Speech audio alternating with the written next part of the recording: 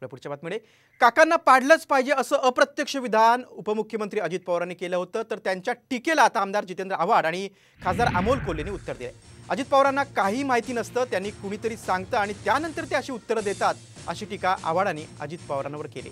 तर काकाच का पाहिजे हे महाराष्ट्राला माहिती असल्याचं सांगत अमोल कोल्हेंनी अजित पवारांवर निशाणा साधला। मगाशी सांगण्यात आलं तुम्हाला पा पा पा, तर बघा म्हणजे काय डोकं त्या काळात चाललंय। तेव्हा तो सोशल मीडिया नव्हता, काही नव्हता, आता तसलंच काहीतरी का का का असं काहीतरी करावं लागतं। जॉर्ज फर्नांडिस यांनी निवडणूक लढवली आणि ते म्हणत होते पा पा पा, हे कुठेही नव्हतं।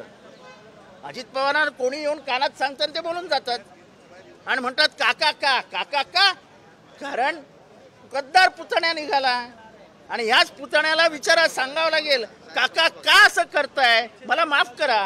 कोणीतरी म्हणालं काका का, जनता म्हणाली अजूनही काकाच का। पक्ष मिळाला, चिन्ह मिळालं, सगळं मनासारखं झालं, तरी अजूनही काका का काका।